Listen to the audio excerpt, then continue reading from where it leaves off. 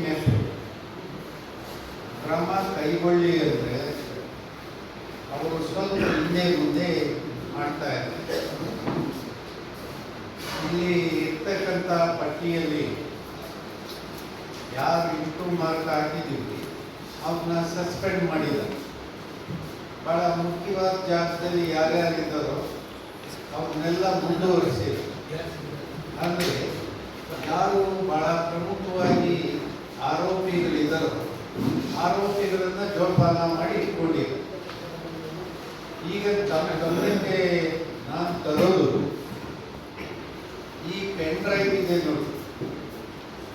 ಈ ಪೆನ್ ಡ್ರೈವ್ನಲ್ಲಿ ಅಧಿಕಾರಿಗಳು ಮಾತಾಡ್ತಾರೆ, ಒಂದು 50 ಕೋಟಿ ಹೇಗೆ ತಗೋಬೇಕು, ಕೊಡಬೇಕು, ಹೇಗೆ ಏನು ಆಗಿದೆ, ಈ ಪೆನ್ ಡ್ರೈವ್ನಲ್ಲಿ ಮಾತಾಡಿರ್ತಕ್ಕಂಥ ಸಂಭಾಷಣೆ ಇದೆ.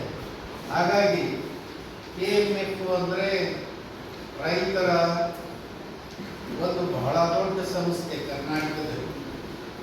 ಇಂಥ ಸಂಸ್ಥೆ ಬಹಳ ದೊಡ್ಡ ದಾಪುಗಾಲ ಹಾಕೋ ದಿಕ್ಕಿನಲ್ಲಿ ಸಾಗಬೇಕೇ ಹೊರತು ಭ್ರಷ್ಟಾಚಾರದ ಕೂಟಕ್ಕೆ ಹೋಗಿ ತಗಲಾಕೋಬಾರ್ದು.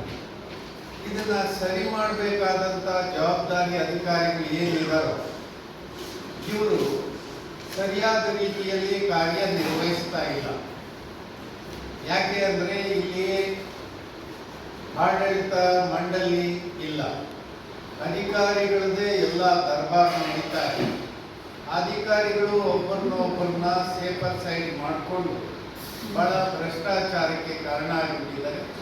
ಈಗಾಗಲೇ ಈ ಪೆನ್ ಡ್ರೈವ್ ಪ್ರಕಾರ 100 ಕೋಟಿ ರೂಪಾಯಿದು ಭ್ರಷ್ಟಾಚಾರ ಈಗಾಗಲೇ ಸಂಭಾಷಣೆ ಮೂಲಕ ಇದೆ. ಮತ್ತೆ ನಿಮಗೆ ಕೊಟ್ಟಿರ್ತಕ್ಕಂಥ ಕೆಲವು ದಾಖಲಾತಿ ಪ್ರಕಾರ ಎಷ್ಟೆಲ್ಲ ಅಲ್ಲಿ ಲೋಪದೋಷಗಳನ್ನು ಮಾಡಿದ್ದಾರೆ ಅನ್ನೋದಕ್ಕೆ ನಿಮ್ಮ ಗಮನಕ್ಕೆ ತಂದೀವಿ. ಹಾಗಾಗಿ ಇದನ್ನ ಸರ್ಕಾರದ ಗಮನಕ್ಕೆ ತರ್ತಾ ಇದ್ದೀವಿ. ರೈತರಿಗೆ ಏನೋ ಸಹಾಯಧನ ನೀಡ್ತೀವಿ ಅಂತ ಹೇಳಿ ಈಗಾಗಲೇ ಮಾರ್ಚಿನಲ್ಲಿ ಕೊಡಬೇಕಾದಂಥ ಸಹಾಯಧನ ಮತ್ತೆ ಆ ಸ್ಕೀಮಿಗೆ ಸಂಬಂಧಪಟ್ಟಂಥ ಕಾರ್ಯಯೋಜನೆಗೆ ಸಂಬಂಧಪಟ್ಟಂಥ ಸಹಾಯವನ್ನು ಕರ್ನಾಟಕ ಸರ್ಕಾರ ಸರಿಯಾಗಿ ಮ್ಯಾನೇಜ್ ಮಾಡಿಲ್ಲ. ಈಗ ಸೆಂಟ್ರಲ್ ಗೌರ್ಮೆಂಟ್ ಸ್ಕೀಮ್ ಒಂದು ಅದು ಕ್ಲೋಸ್ ಆಗಿದೆ. ಈಗ ರೈತರಿಗೆ ಎಲ್ಲದನ್ನು ಕೊಟ್ಟಿರೋ ಕಾರಣಕ್ಕೆ ರೈತರು ತಮ್ಮ ಸ್ವಂತ ದುಡ್ಡಿನಲ್ಲಿ ಅದಕ್ಕೆ ಏನೇನು ಬೇಕು ಡೆವಲಪ್ಮೆಂಟ್ ಮಾಡಿಕೊಂಡಿದ್ದಾರೆ. ಈಗ ಸರ್ಕಾರದ ಸಹಾಯವನ್ನು ನಿರೀಕ್ಷಣೆ ಮಾಡ್ತಾ ಇದ್ದಾರೆ. ನಾನು ಈಗ ಕೂಡ ಪ್ರಿನ್ಸಿಪಲ್ ಸೆಕ್ರೆಟರಿ ಆರ್ಟಿಕಲ್ಚರ್ಗೆ ಮಾತಾಡ್ತೀನಿ ಕೂತ್ಕೊಂಡು. ಹಾಗಾಗಿ ಅವ್ರು ಹೇಳ್ತಾ ಇದ್ದಾರೆ 28ನೇ ತಾರೀಕು ಡೆವಲಪ್ಮೆಂಟ್ ಕಮಿಷನ್ಗಳು ನಾವೆಲ್ಲ ಸೇರಿ ಒಂದು ಮೀಟಿಂಗ್ ಮಾಡ್ತಾ ಇದ್ದೀವಿ. ಮತ್ತು ಯಾವ್ದಾದ್ರು ಸ್ಕೀಮ್ ಒಳಗಡೆ ರೈತರಿಗೆ ಏನು ಕೊಡಬೇಕಾಗಿದೆಯೋ ಅದು ಕೊಡ್ತೀವಿ ಅಂತ. ಆ ಕೊಡದೇ ಇದ್ರೆ ನಾವು ತೋಟಗಾರಿಕೆ ಇಲಾಖೆ ಏನು ಕಚೇರಿ ಇದೆ ಲಾಲ್ಬಾಗ್, ರೈತರು ಮುತ್ತಿಗೆ ಹಾಕಿ ಅದು ಬಂದ್ ಮಾಡಿಸೋ ಕೆಲಸವನ್ನ ಮಾಡಿ ಅಧಿಕಾರಿಗಳನ್ನ ಕರ್ಕೊಂಡ್ಬಂದು ಗೇಟಿಂದ ಆಚೆ ಕೂರಿಸೋ ಕೆಲಸವನ್ನ ರೈತರು ಮಾಡ್ತಾರೆ.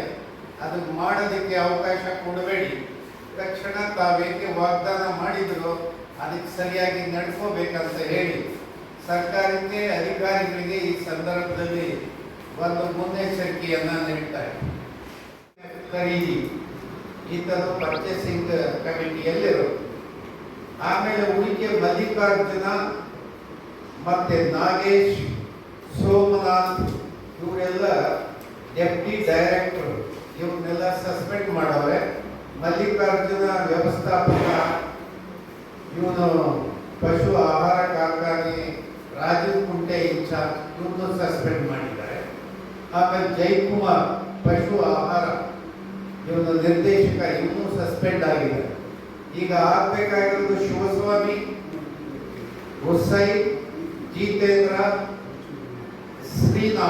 ಶ್ರೀನಿವಾಸ್ ಇವರ ಆಗ್ಬೇಕು.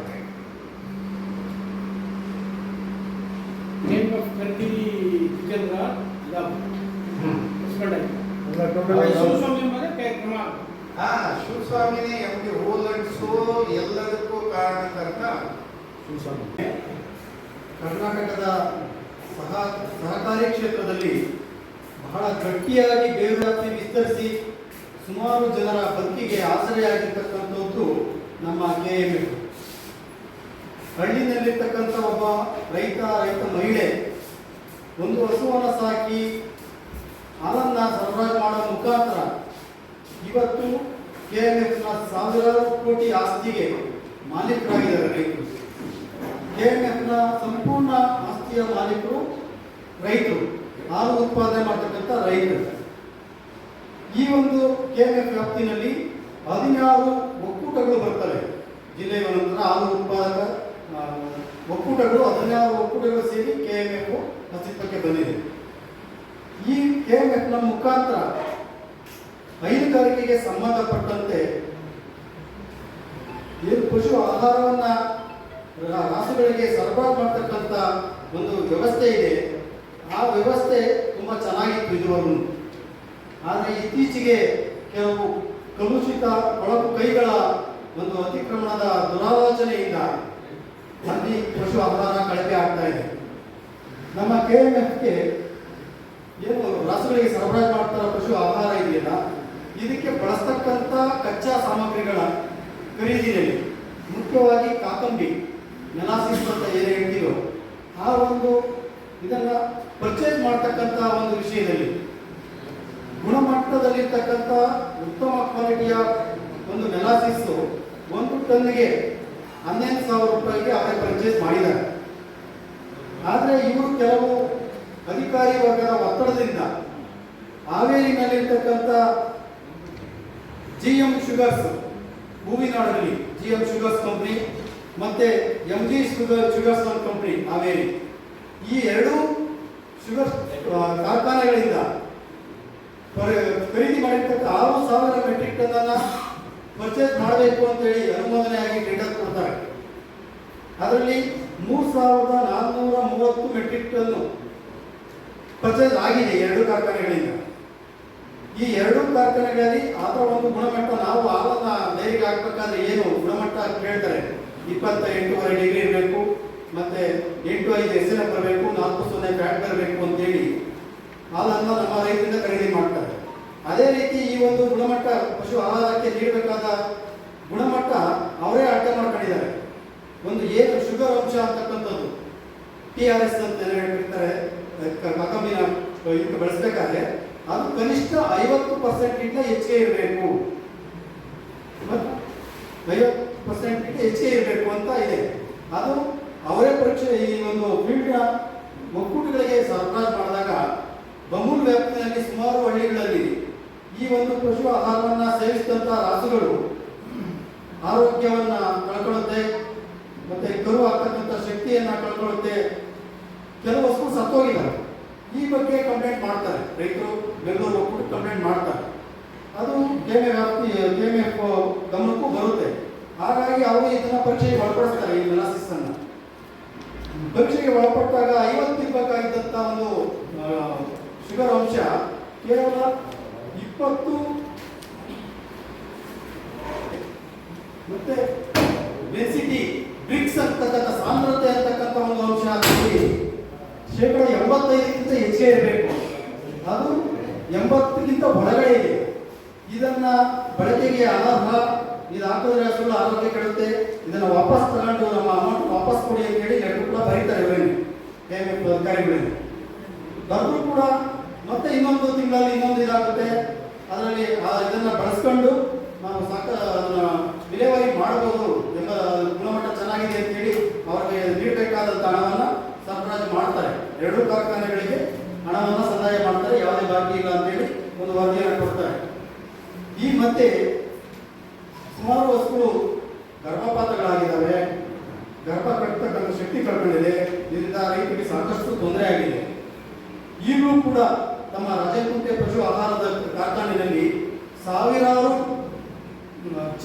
ಟನ್ನು ವಾಪಸ್ ಬಂದಿದೆ. ರೈತರು ನಮ್ಮ ಬಳಸೋಕೆ ಯೋಗ್ಯವಾಗಿಲ್ಲ ಅಂತೇಳಿ ವಾಪಸ್ ತಗೊಂಡಿರೋ ಸ್ಟಾಕ್ ಇವತ್ತು ಕೂಡ ಇದೆ. ಬಳಕೆಗೆ ಯೋಗ್ಯವಲ್ಲದ ಒಂದು ಉತ್ಪನ್ನ ಅಂತೇಳಿ ವಾಪಸ್ ಬಂದಿದೆ. ಇದಕ್ಕೆಲ್ಲ ನಷ್ಟಕ್ಕೆ ಯಾರು ಹೊಣೆ? ಈ ಅಧಿಕಾರಿಗಳು ಮಾಡ್ತಕ್ಕಂಥ ಸಣ್ಣ ತಪ್ಪಿನಿಂದ ಸಾವಿರಾರು ವಸ್ತುಗಳ ಹಣಕ್ಕೆ ಆಗಿ ನೂರಾರು ಕೋಟಿ ರೈತರ ಬಂಡವಾಳ ನಷ್ಟ, ಈ ಎಲ್ಲ ಸಮಸ್ಯೆಗಳಿಗೆ ಕಾರಣವಾಗಿರ್ತಕ್ಕಂಥ ಏನು ಕೆಲವು ಅಧಿಕಾರಿಗಳಿದ್ದಾರೆ ಅವರನ್ನ ನಾವು ಸಸ್ಪೆಂಡ್ ಮಾಡ್ತೀವಿ, ಆಮೇಲೆ ಮುಂದಿನ ದಿನಗಳಲ್ಲಿ ಪ್ರಮೋಷನ್ ಕೊಟ್ಟು ಮತ್ತೆ ಕರ್ಕೊಳ್ತೀವಿ ಅಂತಕ್ಕಂಥ ವ್ಯವಸ್ಥೆ ಇದೆಯಲ್ಲ ಅದು ನಿಲ್ಲಬೇಕು. ಆಗಿರ್ತಕ್ಕಂಥ ನಷ್ಟವನ್ನು ಅವರು ಕಟ್ಕೊಳ್ಬೇಕು, ತಪ್ಪಿಗೆ ಶಿಕ್ಷೆ ಅನುಭವಿಸಬೇಕು. ಆ ನಿಟ್ಟಿನಲ್ಲಿ ನಾವು ಮುಂದಿನ ದಿನಗಳಲ್ಲಿ KMFನ ಈ ಒಂದು ಪಶು ಆಹಾರ ಕಾರ್ಖಾನೆಗಳ ವಿರುದ್ಧ, ಈ ಆಗಿರ್ತಕ್ಕಂಥ ಕಾರ್ಖಾನೆ ವಿರುದ್ಧ ಅಲ್ಲ, ಕಾರ್ಖಾನೆಯಲ್ಲಿ ಆಗಿರ್ತಕ್ಕಂಥ ಭ್ರಷ್ಟಾಚಾರದ ವಿರುದ್ಧ ನಾವು ಮುಂದಿನ ಕ್ರಮವನ್ನು ತಗೊಂಡು ಮುಂದಿನ ದಿನಗಳಲ್ಲಿ ಸಂಬಂಧಪಟ್ಟಂತ ಜೈಲಿಗೆ ಕಳಿಸೋದು ಬಿಡೋದಿಲ್ಲ ಅಂತ ಹೇಳಿ 4 ಜಿಲ್ಲೆಗಳು, ಬೆಂಗಳೂರು ಸುತ್ತಮುತ್ತ ಇರ್ತಕ್ಕಂಥ 4-5 ಜಿಲ್ಲೆಗಳ ಎಲ್ಲ ರೈತಾಪಿ ಹೈನುಗಾರಿಕೆಯಲ್ಲಿ ತೊಡಗಿರ್ತಕ್ಕಂಥ ಎಲ್ಲ ರೈತಾಪಿ ವರ್ಗದವರು ಒಂದು ಕಾರ್ಯಕ್ರಮವನ್ನು ಆಯೋಜನೆ ಮಾಡ್ತಾ ಇದ್ದೀವಿ. ಆ ದಿನ ಅದನ್ನ ಹನಿ ನೀರಾವರಿ ಇರ್ಬೋದು, ಪಾಲಿ ಮನೆ ಇರ್ಬೋದು, ಮತ್ತೆ ಇನ್ನಿತರ ಯೋಜನೆಗಳಿಗೆ ಸಂಬಂಧಪಟ್ಟಂತೆ ರೈತರಿಗೆ ನೀಡಬೇಕಾದಂಥ ಸಹಾಯಧನವನ್ನು ಇದುವರೆಗೂ ನೀಡದೆ ಸತಾಯಿಸಿದ್ದಾರೆ. ಕೆಲಸ ಮುಗಿಯುವವರೆಗೂ ಮಾಡಿ ಅಂತ ಒತ್ತಾಯ ತಂದಿದ್ದಾರೆ. ರೈತರು ಸಾಲ ಸೋಲ ಮಾಡಿ ಆ ಒಂದು ಕೆಲಸವನ್ನು ಪ್ರಾರಂಭ ಮಾಡ್ಕೊಂಡಿದ್ದಾರೆ. ಇವ್ರು ಬರಬೇಕಾದಂಥ ಏನು ಸಹಾಯಧನ ಇದೆ ಅದನ್ನ ಕೊಡದೇನೆ ಸತಾಯಿಸಿ ಬೇರೆ ಬೇರೆ ಕಾರಣಗಳು ಹೇಳೋದನ್ನ ವಿರೋಧಿಸಿ ಆ ಒಂದು ಇಲಾಖೆಗೂ ಕೂಡ ನಾವೊಂದು ಎಚ್ಚರಿಕೆ ಕೊಟ್ಟು ಆದಷ್ಟು ಬೇಗ ನಮಗೆ ರೈತಾಪಿ ವರ್ಗಕ್ಕೆ ನ್ಯಾಯ ಸಿಗದೇ ಇದ್ರೆ ಮುಂದಿನ ದಿನಗಳಲ್ಲಿ ಅದೊಂದು ವಿರುದ್ಧ ಒಂದು ಉಗ್ರವಾದ ಹೋರಾಟಕ್ಕೆ ನಾಂದಿ ಆಗಬೇಕಾಗುತ್ತೆ ಅಂತ ಕೂಡ ಹೇಳೋದಕ್ಕೆ ಇಷ್ಟ. ಹಾಲಿಗೆ ಮ್ಯಾಕ್ಸಿಮಮ್ ಕ್ವಾಲಿಟಿ ಎಕ್ಸ್ಪೆಕ್ಟ್ ಮಾಡ್ತಾರೆ, ಆದರೆ ಅವ್ರು ನಮಗೇನು ಕೊಡ್ತಾರಲ್ಲ ಪಶು ಆಹಾರ ಮಿನಿಮಮ್ ಕ್ವಾಲಿಟಿನೂ ಮೇಂಟೈನ್ ಮಾಡೋದಿಲ್ಲ. ಇದರಿಂದ ಮೊದಲೇ ಉತ್ಪಾದಕ ರೈತ ಏನು ಇವಾಗಲೇ ಬರ್ಡನ್ ಆಗಿದ್ದಾನೆ, ಮತ್ತಷ್ಟು ಅವನು ನಷ್ಟಕ್ಕೆ ಹೋಗಿ ಕೃಷಿಯಿಂದ ಅಥವಾ ಪಶುಸಂಗೋಪನೆಯಿಂದ ವಿಮುಖ ಆಗುವಂಥ ಪರಿಸ್ಥಿತಿಗೆ KMF ತಂದಿರ್ತಾರೆ. ಕಾರಣ ಈಗ ಪಶುಸಂಗೋಪನೆ ಅಂತಕ್ಕಂಥದ್ದು ಅದು ಏನೋ ಒಂದು ಮನೆಯಲ್ಲಿ 4-5 ಹಸು ಇಟ್ಕೊಂಡು ಎಲ್ಲವೂ ಕರೆದ್ರೆ ಅಷ್ಟು ಲಾಭ ಬರ್ತದೆ. ಅದರಲ್ಲಿ 2 ಹಸು ಎಲ್ಲವೂ ಕರೆಯಲ್ಲ, ಮತ್ತೆ ಎಲ್ಲವೂ 10 ಲೀಟರ್ ಹಾಲು ಕೊಡಲ್ಲ. ಕೆಲವು 5 ಲೀಟರ್ ಕೊಡವು ಇರ್ತವೆ, ಕೆಲವು 10 ಲೀಟರ್ ಕೊಡವು ಇರ್ತವೆ. ಕಡಿಮೆ ಹಾಲು ಕೊಡ್ತದೆ ಅಥವಾ ಕರೀತಾ ಇಲ್ಲ ಅಂತ ಕಡಿಮೆ ಮೇವು ಕೊಡೋಕ್ಕಾಗೋದಿಲ್ಲ. ಹೀಗಿರುವಾಗ ರೈತನ ನಷ್ಟ ತಳ್ಳುವಂಥ ಕೆಲಸನ KMF ಇವತ್ತಿನ ಪರಿಸ್ಥಿತಿ ಮಾಡ್ತಾ ಇದೆ. ಅವ್ರು ಯಾರು ಏಜೆನ್ಸಿ ಕೊಟ್ಟಿದ್ದಾರೆ, ಮೇವು ಉತ್ಪಾದನಾ ಕಂಪ್ನಿಗಳಿದ್ದಾವೆ, ಅವನ್ನ ಸರಿಯಾಗಿ ಹದ್ಬಸ್ನಲ್ಲಿ ಇಟ್ಕೊಳ್ಳದೆ ಕ್ವಾಲಿಟಿ ಕಂಟ್ರೋಲ್ನ ಸರಿಯಾಗಿ ಮಾಡದೆ ಅಷ್ಟು ಬರ್ಡನ್ನ ರೈತರ ಮೇಲೆ ಆಗ್ತಾ ಇರ್ತಕ್ಕಂಥದ್ದು ಸರಿಯಲ್ಲ. ಈ ಕೂಡಲೇ KMF ಎತ್ತೆಚ್ಕೊಳ್ಳಿಲ್ಲ ಅಂದ್ರೆ ಏನು ಉತ್ಪಾದನಾ ಕಂಪ್ನಿ ಇದಾವೆ KMF ಸಪ್ಲೈ ಮಾಡ್ತಕ್ಕಂಥವು, ರೈತರು ಸಪ್ಲೈ ಮಾಡ್ತಕ್ಕಂಥ ಕಂಪ್ನಿ ಅವ್ರ ಮೇಲೆ ಕೂಡಲೇ ಕ್ರಮ ಆಗಬೇಕು, ಇಲ್ಲ ಅಂದ್ರೆ ಚಳುವಳಿನ ಎದುರಿಸಕ್ಕೆ ಸಿದ್ಧರಾಗಬೇಕಾಗುತ್ತೆ ಅಂತಕ್ಕಂಥ ಎಚ್ಚರಿಕೆ ಕೂಡ ಇದ್ರದ್ದು ಸಮಸ್ಯೆ ಇದೆ. ಈಗಾಗಲೇ 1 ತಿಂಗಳು ಮೊದಲು ರಾಮನಗರ ಜಿಲ್ಲಾಧಿಕಾರಿ ಕಚೇರಿ ಎದುರುಗಡೆ ಸುಮಾರು 2,000ಕ್ಕೂ ಹೆಚ್ಚು ರೈತರು ಗ್ಯಾದರ್ ಆಗಿ ಚಳುವಳಿ ಮಾಡಿದ್ದೀವಿ. ಈಗ ಮುಂದಿನ ಹಂತ ಎಲ್ಲ ಜಿಲ್ಲೆಗಳು ಸೇರಿ, ಬೆಂಗಳೂರು ಸುತ್ತಮುತ್ತ ಏನು ಜಿಲ್ಲೆಗಳಿದ್ದಾವೆ ಅಷ್ಟು ಜಿಲ್ಲೆಗಳು ಸೇರಿ ಚಳುವಳಿ ರೂಪಿಸ್ತಕ್ಕಂಥ ಕೆಲಸ ಮಾಡ್ತೀವಿ. ಇದನ್ನ ಕೂಡಲೇ ಗಮನ ಹರಿಸಬೇಕು, ಇಲ್ಲಾಂದ್ರೆ ಚಳುವಳಿ ಎದುರಿಸಕ್ಕೆ ತಯಾರಾಗಿ ಅಂತಕ್ಕಂಥ ಎಚ್ಚರಿಕೆನ ಕೊಡ್ತಾ ಇದ್ದೀವಿ. ಬೇರೆ ದೇಶದಿಂದ ಬಂದು ಈಗ ಸೇಲ್ ಮಾಡಿ ಮದುವೆ ಎಲ್ಲ ಮಾಡಿ ಅದನ್ನು ಒಂದು ಸಬ್ಸಿಡಿ ಸ್ಕೀಮ್ ಅಂತ ತಂದ ಮೇಲೆ ಸುಮಾರು ರೈತರು ಅದನ್ನ ಸ್ಕೀಮ್ನಿ ತಗೊಂಡು ಸುಮಾರು ರೈತರು ಬೆಳ್ಕೊಂಡು ಅವರಿಗೆ ಇನ್ಕಮ್ನಿ ಡಬಲ್ ಮಾಡ್ಕೊಂಡು ಒಂದು ವ್ಯವಸ್ಥೆ ಮಾಡ್ಕೊಂಡು ಬರ್ತಾ ಇದ್ರು. ಸುಮಾರು ರೈತರು ಒಂದು 20 ವರ್ಷದಿಂದ ನಡೀತಾ ಇರೋಂಥ ಸ್ಕೀಮ್ಗಳು. ಈಗ ನಮ್ಮ ಇಂಡಿಯಾದಲ್ಲಿ ನಾವು ಹೆಮ್ಮೆಯಾಗಿ ಹೇಳ್ಬೇಕಂದ್ರೆ ನಮ್ಮ ಕರ್ನಾಟಕದಲ್ಲಿರುವಂಥ ಕ್ಲೈಮೇಟ್ ಕಂಡೀಷನ್ ಯಾವ ರಾಷ್ಟ್ರಕ್ಕೂ ಇಲ್ಲ, ಎಲ್ಲಿಯೂ ಇಲ್ಲ. ಇಲ್ಲಿ ಒಂದು ರೂರಲ್ ಅಲ್ಲಿ ಒಂದು ಎಂಪ್ಲಾಯ್ಮೆಂಟ್ ಜನರೇಷನ್ಗೂ ಇದೊಂದು ಬಹಳ ಅವಕಾಶವಾಗಿ ಒಂದು ರೈತರಿಗೆ ಆಗಲಿ ಅಲ್ಲಿ ಮಾಡೋಂಥ ಕೆಲಸದವ್ರಿಗಾಗಲಿ ಎಲ್ಲ ಕಡೆಯಿಂದ ಇದು ಒಂದು ರೈತರು ಉತ್ತಮ ಸ್ಥಾನಕ್ಕೆ ಹೋಗೋದ್ರಲ್ಲಿ ಒಂದು ಹಾರ್ಟಿಕಲ್ಚರು ತರಕಾರಿಗಳಲ್ಲಿ ಬೆಳವಣಿಗೆ ಇದೆಲ್ಲ ಹೋಗ್ತಾ ಇದೆ. ಆ ಒಂದು ಸ್ಕೀಮ್ ಪ್ರಾಸೆಸ್ ಆಗಿ ಸುಮಾರು ರೈತರು ಇದಕ್ಕೆ ಒಂದು ಅರ್ಜಿ ಹಾಕೊಂಡು ಗೌರ್ಮೆಂಟ್ ಸ್ಕೀಮ್ ಇದೆ ಅದು ನಾವು ಕೊಡ್ತೀವಿ ನಾವು ಅಂತ ವರ್ಕ್ ಆರ್ಡರ್ಸ್ ಕೊಟ್ಟ ಮೇಲೆ ಅವರು ಗ್ರೀನ್ ಹೌಸ್ಗಳು ತೋಟಗಾರಿಕೆ ತಗೊಂಡು ಗ್ರೀನ್ ಹೌಸ್ಗಳು ಮಾಡ್ಕೊಂಡು ಸಬ್ಸಿಡಿ ಬರುತ್ತೆ ಮಾರ್ಚ್ ಒಳಗಡೆ ನಾವು ಕೊಡ್ತೀವಿ ಅಂತ ಆಶ್ವಾಸನೆ ಕೊಟ್ಟಿದ ಮೇಲೆ ಅವ್ರು ಗ್ರೀನ್ ಹೌಸ್ ಮಾಡಿದ ಮೇಲೆ ಇವಾಗ ಗ್ರೀನ್ ಹೌಸ್ ಸಬ್ಸಿಡಿ ಬಂದಿದ್ದೇ ಇರೋದ್ರಿಂದ ಸುಮಾರು ಜನ ರೈತರು ಆಲ್ಮೋಸ್ಟ್ ಈಗ ಸಾಹೇಬರು ಹೇಳಿದ್ರೆ 35 ಕೋಟಿ ರೂಪಾಯಿ ಅಂತ ಧನ ಬರಬೇಕಾಗುತ್ತೆ ಮಾರ್ಚ್ ಮುಂದೆ ಅದು ಇನ್ನೂ ಬಂದಿದ್ದೇ ಇರೋದು ಸುಮಾರು ರೈತರು ಅದ್ರ ಮೇಲೆ ಕಷ್ಟ ಬಿಡ್ತಾ ಇದ್ದಾರೆ. ಅದಕ್ಕೆ ಕೊಟ್ಟರೆ ಅವ್ರಿಗೆ ಈ ಸಾಲ ಮಾಡ್ಕೊಂಡು ಈ ಬ್ಯಾಂಕ್ಗಳಿಂದ MP ಆಗ್ತಾ ಇದೆ, ಲೋನ್ಗಳು ತಗೊಂಡಿದ್ದಾರೆ, ಅದೆಲ್ಲ ಕಟ್ಟಕ್ಕೆ ಆಗ್ತಾ ಇಲ್ಲ. ಅದು ಏನೈತೆ ನಾವು ವರ್ಕೌಟ್ ರೂಪದಲ್ಲಿ ನಾವು ಕೊಡ್ತೀವಿ ಅಂತ ಕಮಿಟ್ ಮಾಡಿದಂತ ಸಂದರ್ಭದಲ್ಲಿ ರೈತರು ಮುಂದೆ ಬಂದು ತಗೊಂಡಿರೋರಿಗೆ ಅದನ್ನು ಕೊಟ್ಟರೆ ಬಹಳ ಉತ್ತಮ ಆಗುತ್ತೆ. ಈಗ ನಿಮ್ಮ ಸ್ಕೀಮ್ ಇಲ್ಲ ಅಂತ ಹೇಳಿದ್ರೆ ಮುಂದೆ ಇಲ್ಲ ಅಂದ್ರೆ ರೈತರು ಮುಂದೆ ಬರಲ್ಲ. ಬಟ್ ಯಾಕೆಂದ್ರೆ ಕೊಟ್ಟಿದಾರೋ ಅದನ್ನ ಅಲ್ಲಿವರೆಗೂ ಕ್ಲಿಯರ್ ಮಾಡಿದ್ರೆ ತುಂಬಾ ಅನುಕೂಲ ಆಗುತ್ತೆ. ಈಗ ಸಾಹೇಬರು ಗಿರೀಶ್ ಸಾಹೇಬ್ರ ಹತ್ರ ಹಾರ್ಟಿಕಲ್ಚರ್ ಸೆಕ್ರೆಟರಿ ಹತ್ರ ಮಾತಾಡಿದ್ದಾರೆ.